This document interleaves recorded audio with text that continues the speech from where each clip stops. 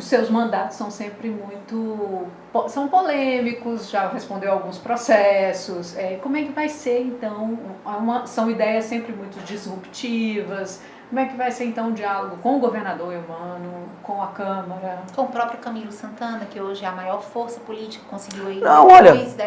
Os Ferreira Gomes ficaram de lado, ele acabou assumindo todo esse protagonismo político, e hoje é o ministro... E hoje, no evento, o presidente Lula ali sinalizou que quer o nome do Camilo para, né, um futuro, uma eventual candidatura mais à frente, né? Comparou Camilo e Haddad, por exemplo. Então, você vê a força do Camilo dentro do Estado, e claro, se o senhor for prefeito de Fortaleza, vai ter, sim, que se estabelecer essa negociação harmônica.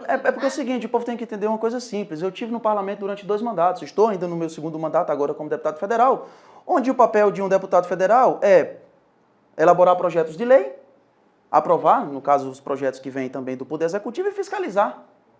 Então, o papel do André Fernandes durante os 2 mandatos foi cumprido com excelência. E aí, eu não preciso nem dizer que foi cumprido com excelência, porque se em 2018 eu tive 109 mil votos, fui mais votado da capital, em 2022 a minha votação dobrou. Em todo o estado, eu acredito que pelo menos o que eu fiz agradou meu eleitor. Ele se sentiu representado, e é isso que um representante faz, né? Representá-lo. Agora, se eu estou colocando o nome à disposição para ser gestor, qual é a minha dificuldade? E aí eu não consigo entender quando alguém pensa, porque o André chegando lá, ele não vai conversar. Por que não? Qual foi a vez em que eu briguei com algum executivo de forma pessoal?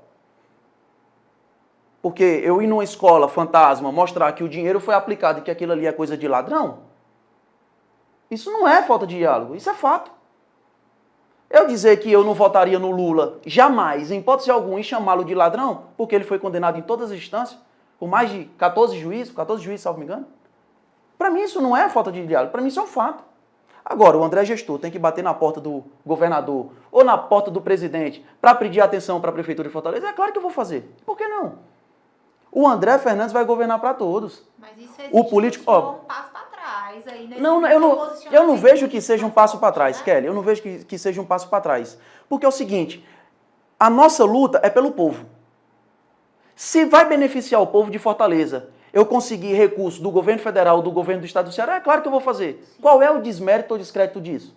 Pelo contrário, vejamos o governador Tarcísio de Freitas, está fazendo um excelente trabalho. Ele aparece com o Lula em entregas ali específicas. Qual o problema?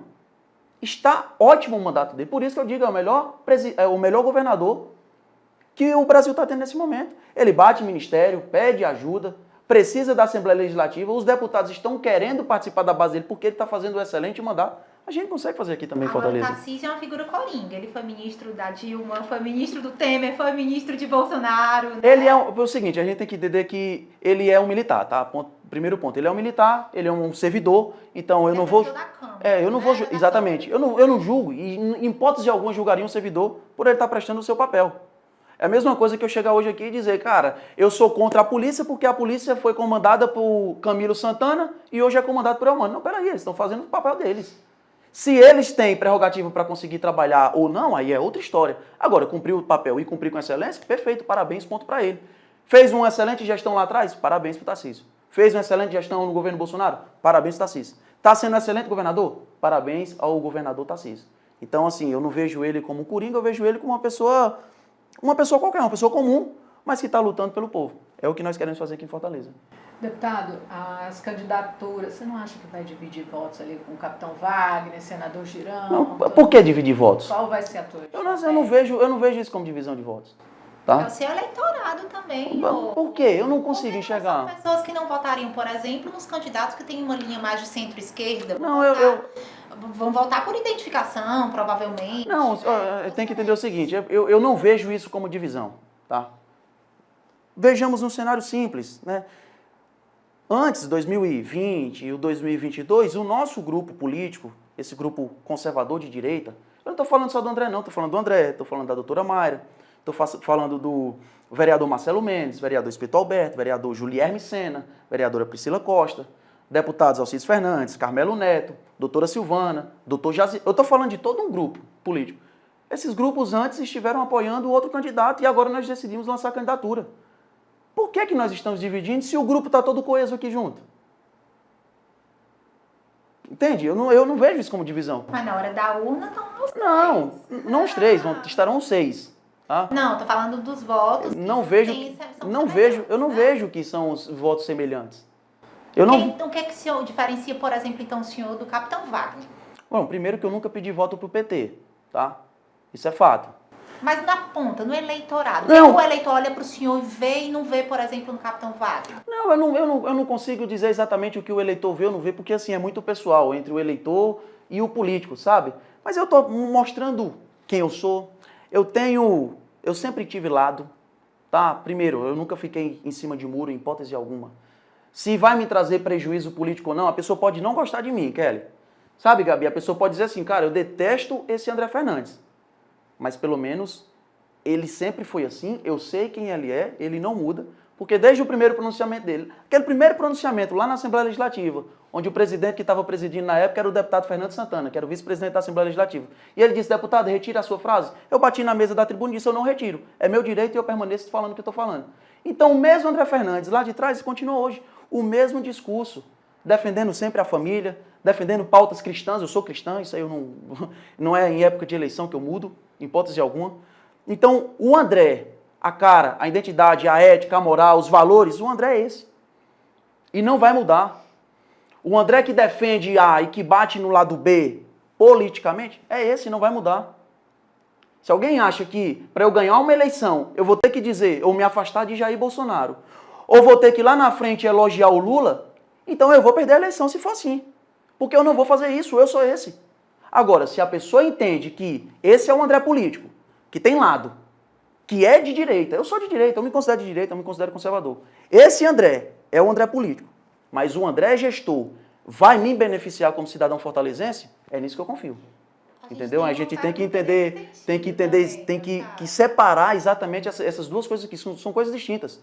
Política partidária é uma coisa, a política governamental aqui, onde o institucional vai trabalhar pelo povo, onde a pessoa que sofre lá na ponta, e como eu falei na semana passada, estive com uma senhorinha, e onde ela pediu ajuda, lá não está na cara dela se ela é PL, se ela é PT, se ela é direita, se ela é esquerda. Ela tem que ter o acolhimento do Estado, tem que ter o acolhimento da prefeitura, a gente tem que, até porque paga imposto. Não existe direita pagando mais imposto que esquerda, nem vice-versa. Todo mundo paga imposto. Todo mundo tem que ser atendido. Está na nossa Constituição. Deputado, o senhor, claro, esse seu posicionamento é extremamente real. Todos nós sabemos que o senhor, desde o início ali do seu, ainda antes de se consolidar como deputado, o senhor tem esse posicionamento firme e defende os valores extremamente conservadores de uma sociedade, né? Talvez seja o único extremo que eu aceito ser chamado esse. É extremamente conservador. Isso é bom. Isso é bom. É. Tá bom. Que bom, que é bom. Então, mas o senhor vai, se vencer a eleição, governar para uma cidade Sim. que não pensa como o senhor pensa. Sim. É uma cidade que tem um público, por exemplo, uma Diverso. população Claro. de diversidade de gênero, uma Perfeito. população de diversidade de pensamentos acerca, por exemplo, de educação, a educação pública, o Estado tem que gerir, né, tem que chegar Perfeito. junto, enfim. Como é que você vai conseguir separar? Você é muito apaixonado, acalorado por essas discussões mais conservadoras, né? Como é que o eleitor, a pessoa que vai ser governada pelo senhor, pode ficar tranquila de que o senhor vai saber dimensionar esses dois? Bom, eu acabei de falar isso aqui, né? Existe o André político, existe o André que defende. Não é porque eu acho que minha filha tem que fazer alguma coisa que eu vou pregar isso para filhos dos demais. Não é porque eu acho que minha esposa tem que ter uma atitude que eu vou querer que todas as mulheres do Brasil tenham a mesma atitude. Não é porque eu tenho uma atitude que eu quero impor que eu vou querer impor a mesma atitude aos demais. Então, isso aí é muito pessoal. Isso aí não tem como misturar, em hipótese alguma. Eu sou conservador, sim. Eu, André, não faria algo. A minha esposa, eu defendo que ela não fizesse algo em alguma situação. Os meus futuros filhos também. Meus pais, minha família, meus amigos, coisas que eu não concordo. Agora, o que é que isso tem a ver com gestão? Absolutamente nada. O que é a gestão? Você está ali, você é um cabeça administrativo, onde todo mundo paga imposto, e imposto pra caramba, tá? Todo mundo paga muito imposto.